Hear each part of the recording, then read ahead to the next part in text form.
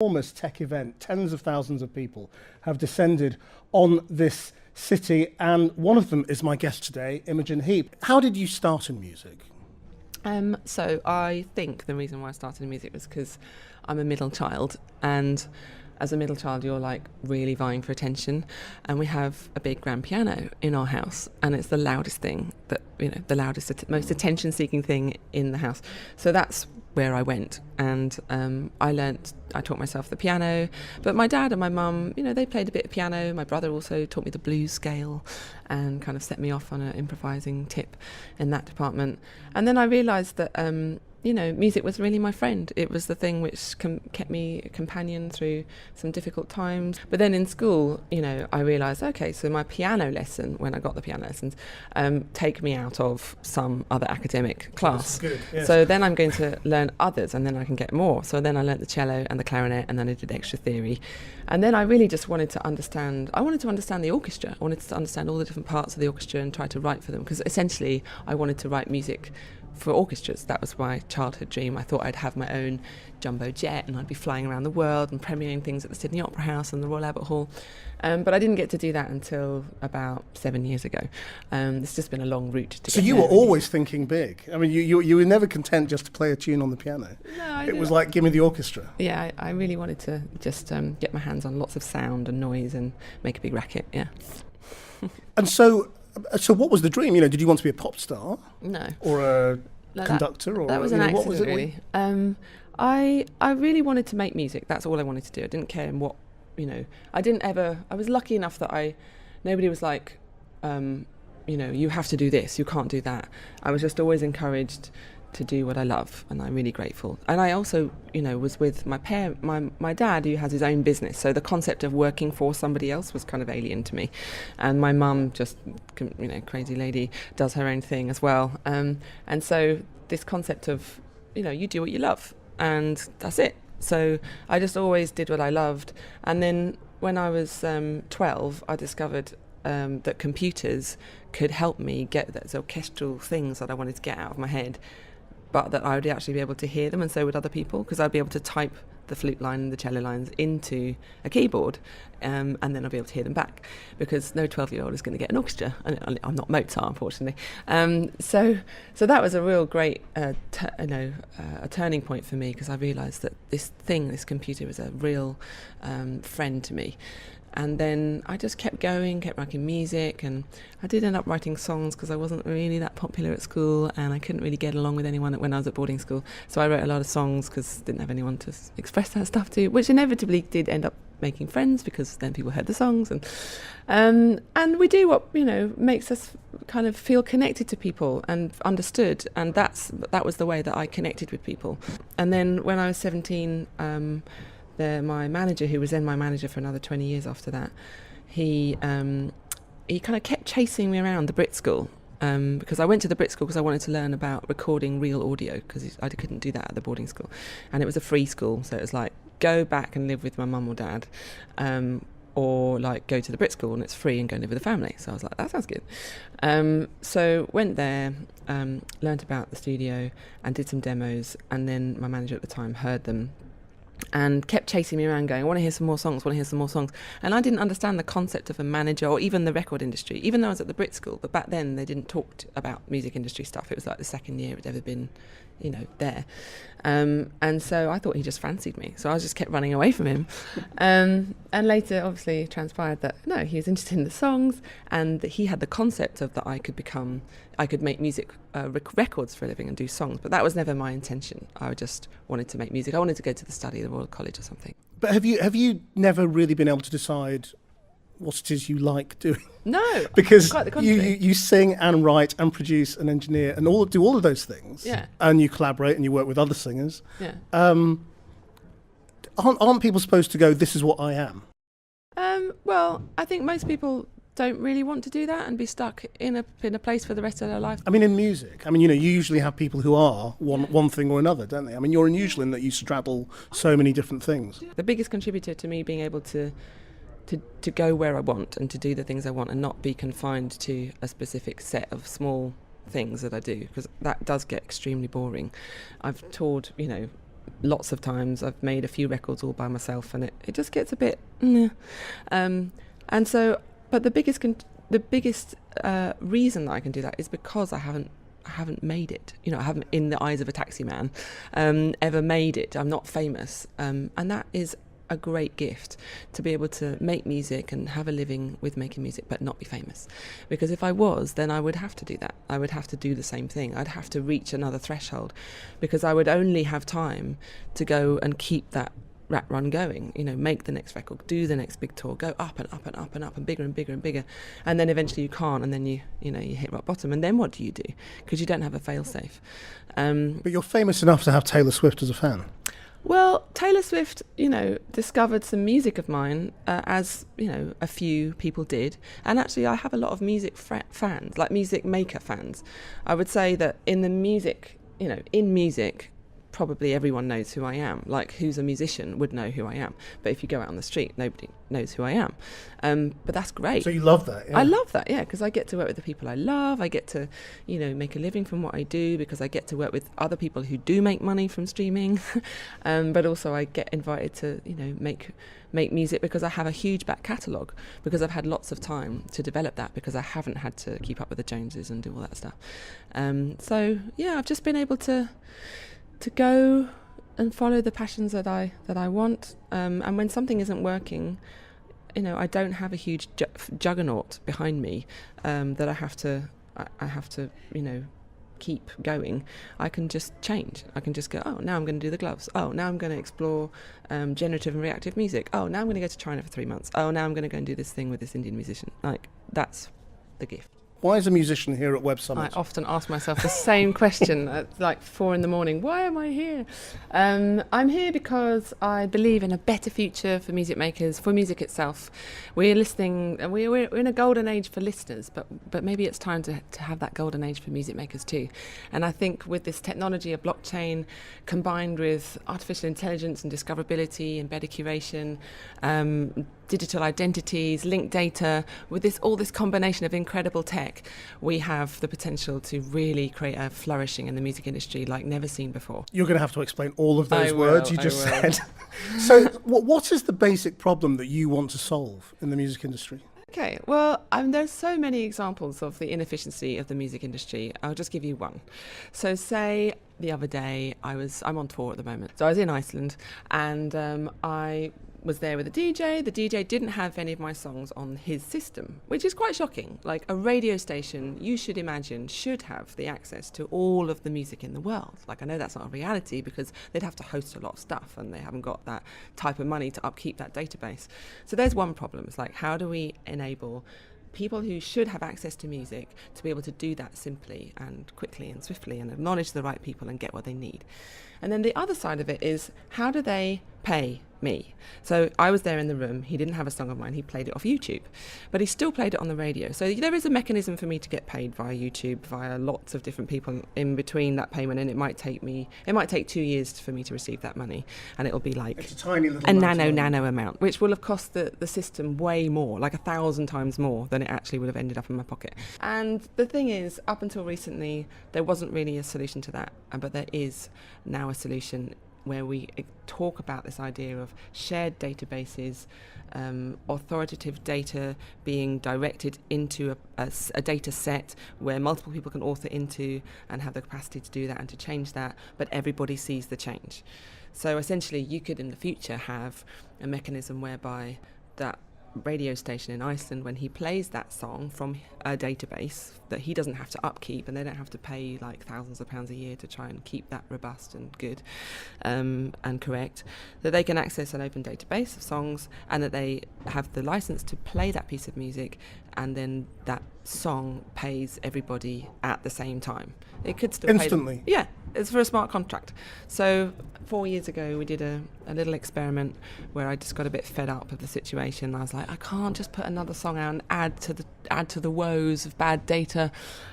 What about I just don't release it? I put all this information up on my website around the song, and I had a little experiment with people who are interested in developing music and at the intersection of blockchain, and just said, okay, here's all the information, here's all the musicians, here are all the splits. what are you going to do with this?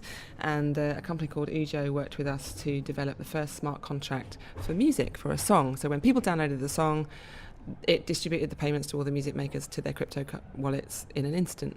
That doesn't seem like rocket science, and it's not rocket science. It's just because of the way that the music industry has been developed over 100 years, from when radio was relatively simple and they had live performances, which is why in the US you don't get payment for the performer, because the performers would have been maybe paid at the radio station back in the day, or maybe not, just for the privilege of being on the radio, but they would have had to pay for the songs. How did you, a musician, know about blockchain?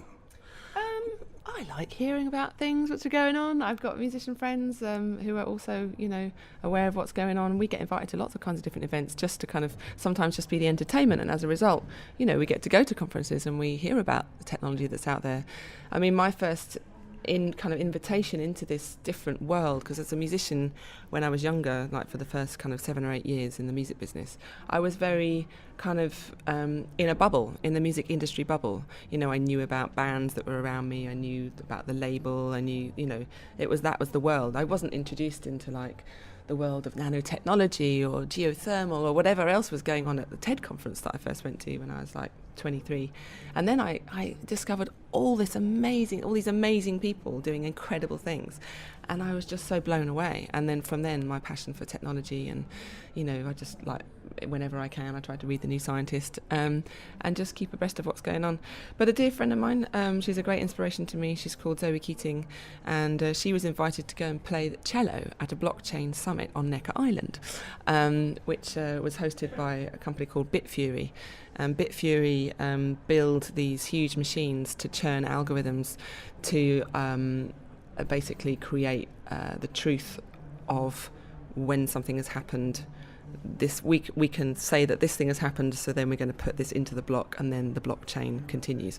So they built these massive things, and they're in Iceland and places where it's cold because they've got so much heat emanating from them. Anyway, so when she heard me lamenting about releasing this new song, and she said, you should check out this thing called blockchain, because they're talking about distributed ledgers and the idea of how healthcare could be benefiting from kind of public-private permissible blockchains, where you could have doctors and all the NHS and whoever access to your data when they need it. So say you're in an accident, they want to know if you're like allergic to strawberries or whatever it might be. My sister's allergic to strawberries, or your penicillin. Where do they get that data? You might not be wearing your band, so you should be able to have this data accessible when you need it, because it could be life or death. And Zoe herself experienced, the death of her partner due to cancer, and incredible just amounts of stress during the end of life, where they had to literally transfer health payments between one hospital to the other. And it's insane, So how can we help data be distributed and create the permissions and security around that so people can get stuff when they need it? But that whole approach to problem solving is very unusual. The world, it seems to me, is sort of divided between people who will play along with technology when it becomes mainstream and reaches their lives, and can they can be convinced that this is good, that it's worth having a mobile phone, or it's worth joining social media, or whatever it might be. And those people like you, it seems, who hear something and go, oh, what could we do with that? Why are you innovator? Why me? I think it just comes to a point where you've just got so irritated by something after so many times of the same thing happening over and over and over and over again, like not being credited correctly, not being paid when you feel you should be, not seeing the transparency in the value chain to know when your next paycheck's going to come, just not being able to really be a part of your own industry, not being data empowered, not being able to author into anything. You have to go through other people, and that means like another barrier and so much of your time. And I just spent so much of my life with admin, and I just got sick and tired of it. I was like, this is absolutely ridiculous. I should be making music, but I'm doing this. You mentioned, you thought the manager just fancied you at one point. I mean, can I ask you about being a woman in the music industry first, and then it'd be interesting to talk about being a woman in tech as well. Yeah, sure. What was your experience of sexism and leery men and all of that? Yeah, I grew up in a very kind of exactly what you'd expect growing up in the 90s in the music industry, like what we hear. And but because it was all around me all the time, and I didn't have any other experience in any other business in any other life. I was just 17, went straight into the music industry, and that's how it was. So I didn't think anything of it. How was it when you say that's how Well, it was? it was like, of course, you like had to look a certain way, and like I wasn't aware of it. I was completely unaware of it, you know, until much later in life, when I was like, God, that happened, and God, I can't believe they did that, and you know, and God, I totally didn't realise, you know, it was a real eye opener. And actually, it happened at Portcullis House, because Vanessa Reed, she's the head of the PRS Foundation. She brought a bunch of women together to talk about, you know, what it's like to be a woman in the music industry. And before I got there, I was like, well, nothing's ever happened to me. You know, it really annoys me when people talk about these problems that females have had in the music industry. I've never experienced that, but it was so ingrained in me that I was completely oblivious to it. And then when I heard these women talk about what had happened to them and the things that they'd had to face, and I was like, God, I was welling up. I was like, that happened to me, that happened to me, that happened to me. But I just was oblivious to it because it was just so ingrained. So what sort of things do you mean what happened to you? Just like very inappropriate behaviour with a very, you know, young adult, and that, you know, just not knowing where to turn, like making a record in the middle of nowhere, no managers or anyone around, and you're making your first record, and you know, you get presented with a very difficult situation and you don't have anyone to talk to about it, but also it just kind of is normal. And so you just think, oh, that's just part of it. Because there's such a power dynamic in the music industry, isn't there, in terms of, you know, what people can do for you if you're a new artist. It's becoming less and less. And actually the difference in the shift is that a lot of people are kind of clued up into why they don't want to have a major record deal anymore, and why actually, you know, that fame game is something that they don't want to achieve, because really we're in it. Well, I'm in it. A lot of musicians are in it because they love music, not because they want to be famous. If they want to be famous, then, well, good luck to you. I really would never want that.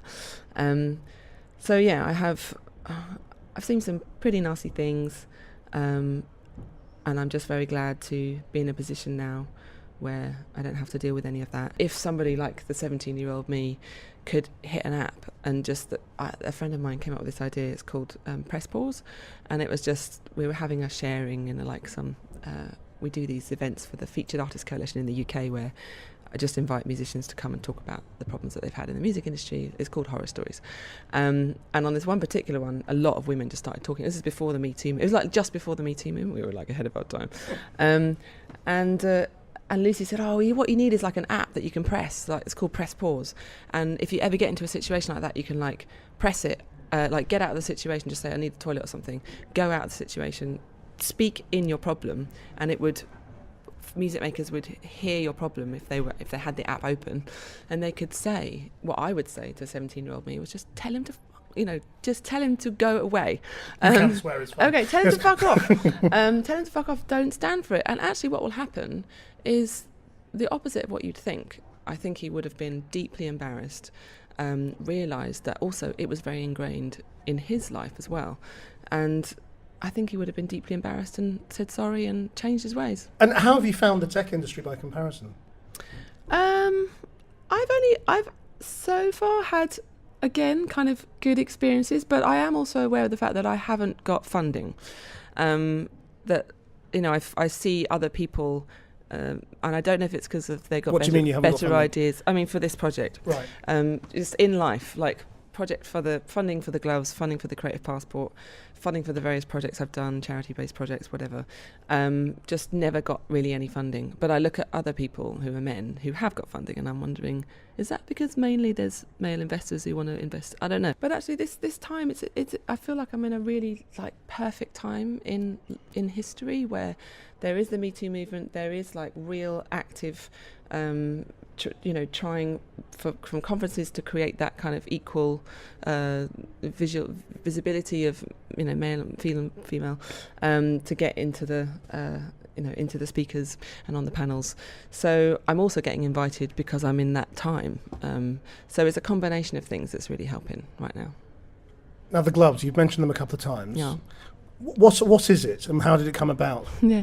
I started to wear these microphones on my wrists because then I could go around and start to record, percussion or drums or guitars or the string players over there or the vibraphone player, and then record them. I'd run back and press record, but I needed something so that I could just record on the fly, but wouldn't stop me from my performance. So, I was like, my hand. I could just close my hand. If I could find a way to close my hand and open my hand, and that would be, record and play, then I have that in my hands and I don't have to stop doing anything. I can just continue, I can just stop play, and then I could just move my hand left to right, and I could just move the sound left to right, and at the same time be singing, at the same time be in front of the audience.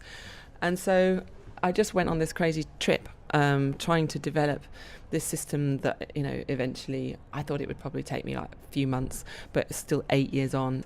So it basically means I'm wireless, I'm fluid, I'm able to be, up and about, and I've got all of these different potentials at my fingertips. And actually now the biggest problem is just overwhelming choice, kind of stifling in a way, like, oh God, I can do all of these things, and you get lost down rabbit holes. And now I have to figure out how to create limitation, and that's quite fun too. Like, I'm only going to create song where I'm only using this effect because it's very, because people get it when it's simple, and effective. I suppose with the gloves, I mean, because it's your show, and as long as you've got some gloves that work for you, then that's going to be okay, even if you don't end up selling thousands of them to lots of other artists and children and whoever else might want them. With your other project, though, the sort of the creative passport, this way of making the music industry work quickly and for musicians, that's dependent on everybody buying into it, isn't it? That is, yeah. I mean, I have a thing here which you can see, which is what we call the creative passport. This is a physical embodiment, and you can look at online, mycdfmusic.org/creative-passport if you want to look, and you can see all this data. So it's got like stuff like, my profile image, that if you were a service you could have access to and know that it's a good image that you can use, that you don't get into licensing problems. You could scrape a biography that's relevant and current, instead of, as a music service you spend 10 minutes per profile trying to conjure up something from the web that is probably not relevant to me right then. So I could save them a lot of time and money to do that. You could link in your current projects, your skills, your interests, essentially to not just help the music industry with that missing 50% of royalty potential income to music makers that never reaches the right people because they can't find them. We can not only help with that, but we can actually help a huge other array of services and potentials for people to find you for other types of work. Because my bread and butter, I do make money from a bit of streaming if it's like a Taylor Swift song that I've done, or a Jeff Beck thing, or somebody who does sell records, or Ariana Grande recently covering a song. But for my own work, my bread and butter doesn't come from streaming or from even live or physical sales at all. It comes from writing music for a play, getting a commission from a brand around a collaboration with a piece of technology, or giving a workshop, or a private show for somebody who's just really wants you to come and do a certain type of piano performance with the gloves. So all of that is where my money comes in, or a sync in film and TV or something like that. And so how do we help the music industry? How do we help create a layer of data, a collective layer of data from all the individual music makers, where they can share their skill sets and their passions and their projects and their calendars potentially, where people can find them to do specific jobs? I mean, everybody could have this though, couldn't they? I mean, yes. This technology could apply to the whole world. Yeah, for every absolutely. Industry. Every person, yes. I mean, actually, Tim Berners-Lee has a project called Solid, which is around that you host and retain your data about yourself. But that could be also descriptive data, not just like your passport information. So why is this secure? Why do I not need to worry about my data being stolen or misused or tampered with? This isn't live yet. We haven't figured out everything. In order for us to do what's on the roadmap, it would cost probably millions and millions of pounds, and that's not something that we can do, because we're not going to get VC funding for this. Then it becomes a for-profit thing. Then it becomes something that's not true to what we need to do, which is to keep that money within the community. So we have to start organically, slowly, music maker to music maker, step by step, do what we can see in the headlights. And that's what we're doing on this tour. We're like travelling around Just the world. signing people up one by one. Well, we're like, first of all, we're going, this is why it's necessary. And then on the 9th of December, we're going to have a little app that's a test flight app. It's not even like an official app because that costs money and time too. And try to rally together maybe a couple of hundred or 1,000 or 10,000 musicians who just get it. They get like, and they're willing to spend a bit of time around downloading an extra app and just putting their flag in the sand, just going, here I am in the world. I'm a music maker. I believe in this change. This is my location. And maybe that's it, you know. And we start to show on the globe when music makers come online, and we show their name and we show where they are in the world. And this idea that then each music maker then verifies another music maker. They say, oh yeah, so I would go to Zoe Keating, yes, you're Zoe Keating. And then I would also say to Guy Sigsworth, oh yes, you're Guy Sigsworth. And he would then be able to verify Madonna. Well, lots of people will be able to verify Madonna. But essentially it's creating a web of trusted data by the individuals claiming responsibility for who they bring into the network, because this is our space. And you know, if this is your only home, you're not going to sully it. You're not going to, you know, say yes and kind of say you did things, because it's going to look bad on you. This is your identity. This is, you know, your creative self.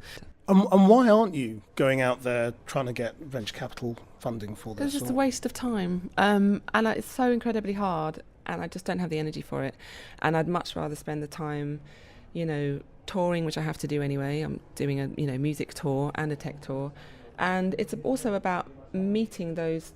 I've had thousands of emails in the last 3 or 4 years since I talked about this idea in Forbes.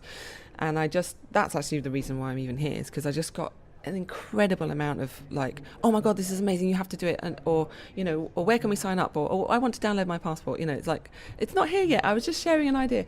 And it's taken over my life. But it's really, really what I want to do, because now I just don't want to exist as a musician in the world until this is up and running, so that when I'm 50, I can just get back to making music. Well, I probably have some other project, but I can put a piece of music online and I can put it up there one time with all the data that's true and correct, and know that that song is 24/7 going to be just doing everything it possibly can to meet the people that it needs to meet, to bring income back for that song.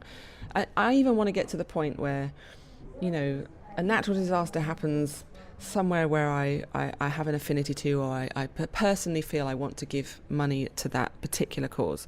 I want to be able to send a message to my song via my creative passport and say, okay, all of the income for this song now generate to this, send to this charity. So, I mean, well, this sounds like a really exciting time then. I mean, if you're on the verge of sort of launch, well, it's sort of a soft, not even a soft launch, is it? It's an experiment. It is, yeah. No, I'm very excited. You know, people kind of get maybe disappointed by like, oh, it's not happening yet. Oh, so all these things you've been talking about, that's not really real yet. And I'm like, no, but I love talking about things when they're in the process of it.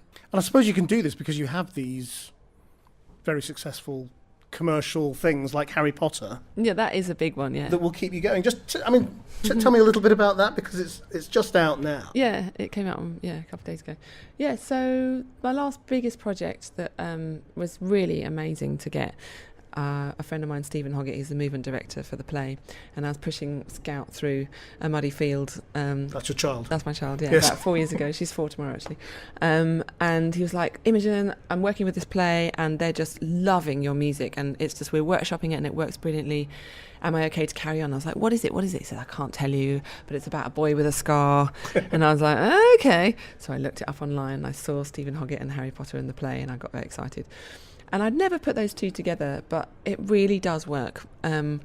There's a world of Harry Potter which is like in its own space. It's got its own time. It's, you know, it's a world of its own. And then you've got my music, which doesn't really sit comfortably on any kind of playlist. It is in a bit of a world of its own because I've been left to my own devices and not had to play the fame game. And I've done so much work. I've done like orchestral pieces that nobody's ever heard. You know, I've done huge orchestral lengthy things and choral pieces and so much stuff that I could draw from, which they needed because they've got 2.5 hours of music that I needed to do in about 6 months, as well as being a new mum. So yeah, had a lot of back catalogue to go through, and they just took me under their wing. I was in the theatre seat for like 3 months, just sat with my headphones on, my little mini studio. And I had like 2 secret weapons, one of them being Alexei Michalek, who's my assistant, and he was working at my studio, making sure that I got all the stems of my back catalogue organised and ready for me to go, all kind of in tempo. And then I had this thing called the Box of Tricks, which was before I even knew about Harry Potter. I was developing this thing called the Box of Tricks, which is a set of virtual instruments of musical instruments that I love and use in my studio. So I basically had, in the theatre seat, the ability to play my mbira, to play chords of my vocals, body percussion, like really beautifully recorded vibraphones and cellos and cocktail kit and whatever else I had in my studio at my fingertips, like as if by magic. Because if I didn't have that, I wouldn't have been able to make everything sound like Imogenified in about half a second, and neither would anyone else. Because Martin Lowe, who's the music supervisor, also did some arranging, but he could just take my Box of Tricks and make it sound Imogen Heapified. It's really interesting that you talk about Imogenified, because I wanted to ask you about Taylor Swift as well. I mean, and how that worked, because I was listening to your music this morning, and as the father of a 13-year-old who's mad about Taylor Swift, I suddenly thought, I can hear Taylor Swift in your music. Right. I can hear that she's been influenced by you. Right. And do you see that? Do you hear that? Other people say that. I think it's like people say that your child looks like you, but you're like, no, they don't. No, I can only see my child. And I think it's the same when people say they've been influenced by you. You say, no, that I don't see that. You don't see yourself in others, because it's just so you. You can't see yourself, if you see what I mean. So yeah, but it's great. But when she came, because you worked with her on 1989. Yes. Did you, when you saw her singing or her phraseology or whatever, did you think, oh, I recognise that? Or no, the reason why it came about was she did an interview in Billboard, and she mentioned, they said, like, who would you most like to collaborate with? And she said me. And that was the first I heard about it. My manager at the time got a Google alert and was like, oh, Taylor Swift, Imogen Heap, right, got to get on this. He went to the show at the O2 with his daughter, who's a huge Taylor Swift fan, and was like, look, I'm Imogen's manager, would you like to work with her? And he was all doing this while I was busy in Iceland doing a photo shoot or whatever. And then he called me up and he's like, Taylor Swift wants to work with you on Sunday. And I'm like, what? I'm just going to be landing back from Iceland? I know. And I spoke to my, soon-to-be boyfriend at the time, then father of Scout, who said, go on, do it, it'll be fun, it'll be great fun. And kind of laughed, actually, saying it'll put our child through college. We weren't even pregnant at the time. We were only literally just dating, but it's funny how things work out. So yeah. Because it will. Basically, yes. Yeah, exactly. So got back, Taylor Swift was at the door in the morning looking immaculate. I was looking like death warmed up. And she had a little idea of a song that she played to me on the guitar. And I was like, that's brilliant, let's just go and make it. She was like, what do you mean? I said, in the studio downstairs, let's just go, let's make it. And so I don't think she kind of realised that we could do that then and there. And we went down and I just played a load of instruments. And when she kind of wasn't looking so sure, I stopped playing that instrument. And when she was really loving it, I played more of that. And then, yeah, we finished this song, pretty much like 90% of it. We even managed to have lunch and dinner at the same time. She was writing all the words and all the melody. I honestly didn't write the words and melody. But I did help, I pulled the music together around it and we discussed like a bit of direction here and there. But really, she actually wrote the song and I brought the music around it. And what did you make of her as a musician? Very talented. I was very, I learned a lesson that day because I was like, right, we've been going around the same chords for a while now. Now, in my music, I'd be like, right, there needs to be 10 middle eights to make up for the fact that we've been repeating the same chords for however long. So I said, okay, what about we try something a bit different for the middle eight? And so I played a few chords and, a bit off kilter. And she said, Imogen, I think we're going to lose them at this point. And I was like, that's why you sell millions of records and I don't. So I said, yep, okay, I'm going to listen to you. I forget that. And instead, we basically, I kind of created a change in a different way. We just pulled out the drums and it was really effective. So yeah, she's really force of nature. She knows what she's doing. She does, yeah. She's entered politics sort of now, hasn't she? Have you noticed? I have, yeah. Are you surprised by that? Bit. No, I'm not. I think it's time, when you reach a certain point in your career where you feel you're comfortable to share your own views, where you're not worried about, you become at a certain level where you're not worried about losing a record deal or you're losing a certain fan base or whatever, because you're like, this is more to me. This means more to me. This is about my future. It's about our future. And I think when you can, that happens when you reach a certain level of success. You feel you can do that because you're not afraid of what might, you might kind of stop a career as a result if you haven't reached a certain amount of momentum in your career yet. And I think we see that with a lot of musicians. They do that after a certain time. If you think across all the things you do, is the unifying thing that you're potentially going to change the world, starting by solving your own problem? Certainly not. The intention is to I'm going to save the world, I'm going to change the world. But often when you're making music, often in everything that we do, where there's one person experiencing as a frustration, there's often multiple people experiencing the same thing. So it is a lot of energy that goes into this, but it is a much better energy when you feel you're contributing to something that many people are going to benefit from than just yourself. If I thought that it was just going to be me benefiting from this, there's no way in a million years I'd be spending hundreds of thousands of pounds developing these things. It's just not worth it. So yeah, I suppose the thing which gets me out of bed is the camaraderie. It's the, we believe in this too. My team, incredibly long-suffering team, they believe in this. They wouldn't be doing it if they didn't, for relatively little pay, I suppose. So, yeah, I think it's all of that encouragement, and it's when somebody else says, "Do you know what? That's a good idea. I want to have that too." That gives you the energy every day to know. Okay, so it's not just me. It was the same thing when I started making records. I found it incredibly hard when I was just making a record for me. But when I kind of had this concept of the fans out there waiting for a record, and that I started to blog and talk to them, then that's when I got the energy to make the record, because it wasn't just all about me. So yeah, it's I feel very happy, and I get a lot out of solving a collective problem.